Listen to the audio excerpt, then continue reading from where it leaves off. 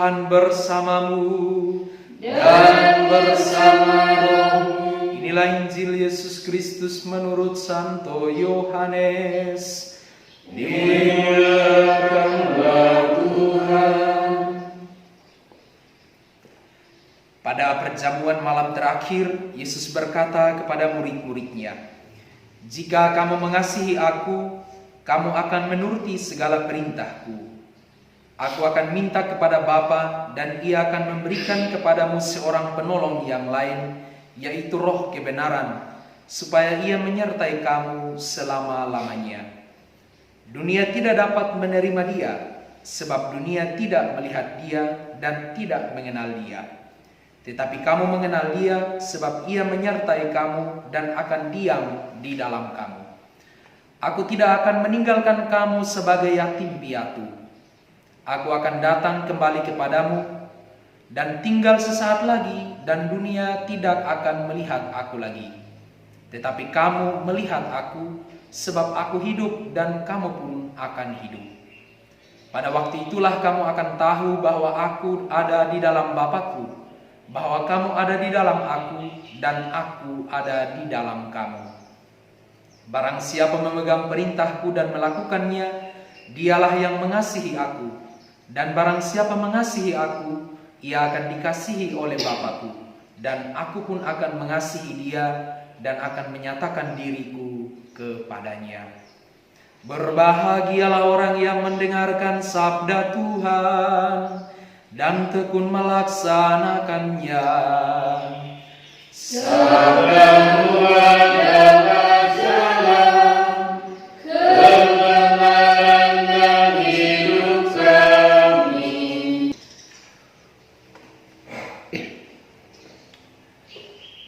Jikalau kamu mengasihi aku, kamu akan menuruti segala perintahku.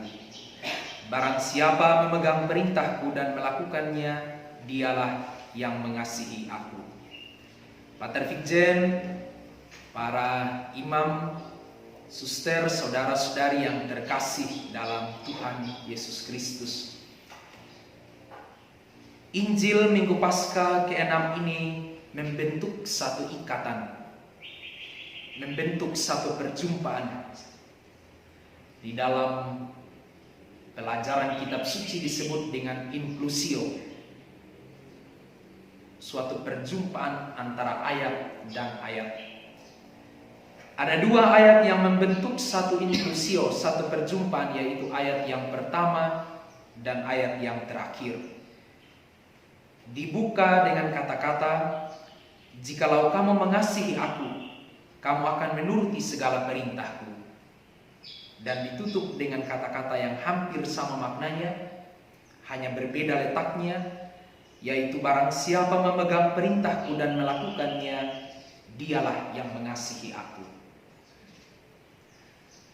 Sebuah pengulangan dalam kitab suci, entah itu kata atau kalimat yang disebutkan secara berulang, memiliki makna yang penting, atau ada aksen tertentu yang mau diberitakan oleh penginjil. Apalagi ketika pengulangan itu diletakkan sebagai awal dan akhir dari Injil, sebagai permulaan dan kesimpulan.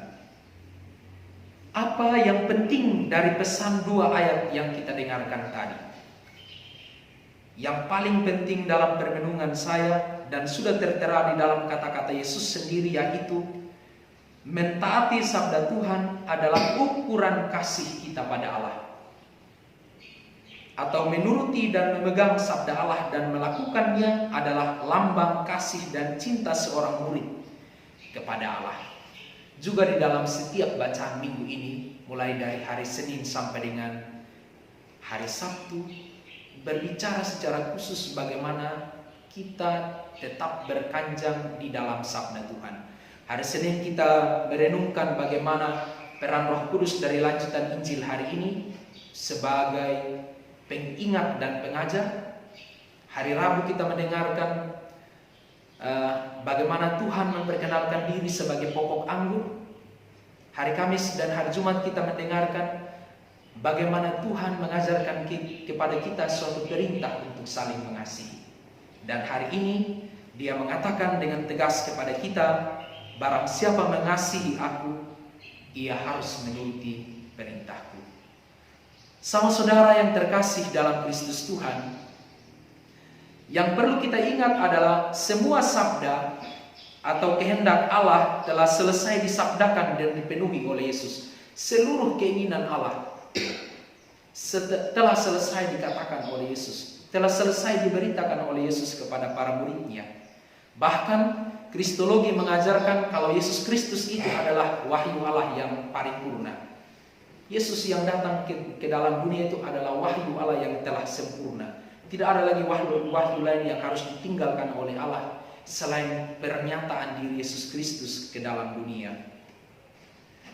Dan Yesus yang telah selesai memberitakan seluruh tugasnya di dunia, seluruh sabdanya di dunia, berkeinginan agar sabda dan perkataannya itu tetap hidup, tetap terjaga. Semua ajaran, perbuatan baik, etika, kesaksian hidup maupun juga janji keselamatan tetap senantiasa dipegang dan diajarkan oleh para rasul kepada semua bangsa. Yesus ingin hal ini agar semua firman-Nya, baik itu perkataan-perkataannya maupun juga kesaksian hidupnya, tetap senantiasa dipegang dan diajarkan oleh para rasul dan para murid kepada segala bangsa. Yesus berkeinginan agar firman dan sabdanya tetap menjadi norma, tetap menjadi ukuran dari segala ukuran kehidupan para murid. Sehingga itu dengan tegas dia mengatakan, jika kamu mengasihi aku, kamu akan menuruti segala perintahku. Dan di akhir dia menutup juga dengan kata-kata yang sama, barang siapa memegang perintahku dan melakukannya, dialah yang mengasihi aku. Pater Vigjan, para imam, saudara dan saudari yang terkasih dalam Kristus Tuhan, kita tidak sulit memahami kata-kata Yesus ini. Contoh yang paling sederhana adalah setiap kita pasti memiliki orang yang paling kita kasihi dalam hidup. Entah itu orang tua, bapak dan mama, atau mungkin pacar untuk kita yang masih berpacaran belum menikah, atau mungkin juga pembina, pimpinan, bapak rohani, atau siapapun dia. Kita punya orang yang kita kasihi. Ada pesan-pesan atau nasihat-nasihat tertentu dari orang-orang ini yang senantiasa kita ingat dan kita pegang dalam hidup. Sulit untuk kita lupakan. Ketika kita jalan jauh, mama selalu berpesan.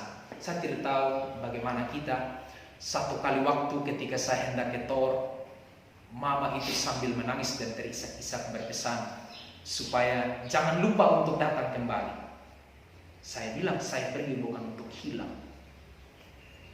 Satu juga pesan yang saya ingat dari bapak saya, ketika satu kali harus memeriksakan diri di rumah sakit umum di Waikabubak, pulang dari rumah sakit umum itu, saya menghilangkan surat keterangan dokter yang harus saya bawa ke tahun orientasi. Lalu kemudian sampai di rumah saya tidak beritahu bapak saya hanya diamkan saja. Dia tanya surat itu di mana, masih esok diambil, padahal jadwalnya hari ini harus diambil. Akhirnya dia kemudian tahu bahwa saya sedang pergi mencari surat itu karena jatuh dari dalam bemo. Sampai di rumah dia menangis, kenapa engkau tidak beritahu saya? Dia bilang, setiap kali engkau melakukan kesalahan, harus memberitahu orang tempat di mana engkau melakukan kesalahan. Engkau harus meminta maaf, termasuk juga kepada saya orang tua. Hal itu yang sering kali saya ingat sebagai satu pegangan dari orang-orang yang saya kasih. Dan tidak tahu misalnya kita, mungkin mama suster hidup lebih lama, punya orang yang dikasihi dan ingat selalu pesan apa yang orang-orang dikasih. Demikian pun juga kalau kita menghadapi tantangan di dalam kehidupan, mungkin dalam kehidupan panggilan kita, seorang bapak rohani seringkali memberikan petunjuk dan jalan keluar kepada kita. Dan ketika kita selalu memegang pesan dan nasihat yang mereka ajarkan, itulah cara kita untuk mengasihi mereka. Kita ingat mereka dalam doa, dan karena mereka itu senantiasa berjasa dalam hidup kita. Sama saudara yang terkasih dalam Kristus Tuhan, dalam konteks ini Tuhan memperingatkan orang-orang yang Dia kasihi untuk senantiasa memegang perintahnya, untuk senantiasa menjadikan perintahnya sebagai patokan dalam hidup mereka. Dia berkata, kalau kamu mengasihi aku, kamu akan memegang perintahku, akan menjadikan sabdaku sebagai pegangan dan pedoman di dalam kehidupan. Tetapi di sisi lain Tuhan Yesus begitu tahu kalau menuruti firman-Nya itu adalah sesuatu yang sulit, tidak mudah, rumit untuk seorang manusia. Maka Ia menjanjikan kepada mereka yang Dia kasihi itu seorang penolong. Kata penolong berasal dari kata Yunani parakletos, yang berarti seseorang yang dipanggil untuk menolong, untuk membantu, untuk mendampingi. Penolong itulah Roh Kudus yang menjadi penasihat, penguat, penghibur, pembantu, pembela, yang membawa orang-orang yang Yesus kasihi itu pada kebenaran-kebenaran hidup yang Ia telah ajarkan kepada mereka.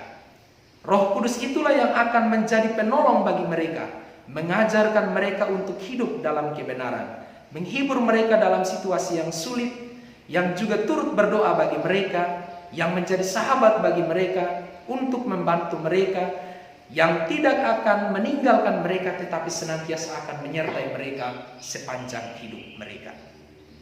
Roh ini yang Tuhan Yesus kirimkan, karena Dia tahu sulit untuk menjalankan perintahnya, untuk tetap berkanjang di dalam perintahnya, di dalam kasih-Nya. Maka Dia mengatakan pada mereka, aku akan memberikan kepada kamu seorang penolong, dan penolong itulah Roh Kudus yang senantiasa memberikan kekuatan, penghibur, pembantu, yang akan mengajarkan kepada mereka bagaimana hidup dalam kebenaran, yang akan memberikan kepada mereka penghiburan di kala mereka mengalami kesulitan, dan juga yang akan menyertai mereka sepanjang hidup mereka. Sama saudara yang terkasih dalam Kristus Tuhan, inilah cinta Tuhan yang besar pada orang-orang yang dikasihinya. Meskipun Ia akan pergi, Ia tetap memelihara persahabatan dengan mereka. Ia tetap membangun keintiman dan memberikan seorang penolong kepada mereka yang Ia kasihi. Aku tidak akan meninggalkan kamu sebagai yatim piatu, aku akan datang kembali kepadamu. Aku tidak meninggalkan kamu sebagai yatim piatu, sama seperti orang yang kehilangan ayah dan ibu. Tetapi aku akan datang kembali kepadamu dan memberikan kepadamu seorang penolong. Mari kita pelihara ketaatan kita kepada Kristus. Ketaatan pada Kristus, pada sabda dan perintahnya, sekalipun tidak pernah sempurna, haruslah bersifat sungguh-sungguh. Karena ketaatan adalah aspek yang hakiki dari iman yang menyelamatkan, yang timbul dari kasih kita pada Allah. Tanpa kasih pada Kristus, semua usaha kita untuk menaati perintahnya hanyalah legalisme belaka, hanyalah bersifat hukumiah. Sebaliknya, tanpa usaha menaati perintahnya, kasih kita pada Kristus hanyalah sebuah formalisme. Mari kita berdoa kepada Allah, kepada Tuhan Yesus Kristus yang menjanjikan kepada kita Roh Kudus, agar Ia menguduskan kita dalam kebenaran, karena sabdanya adalah kebenaran. Amin.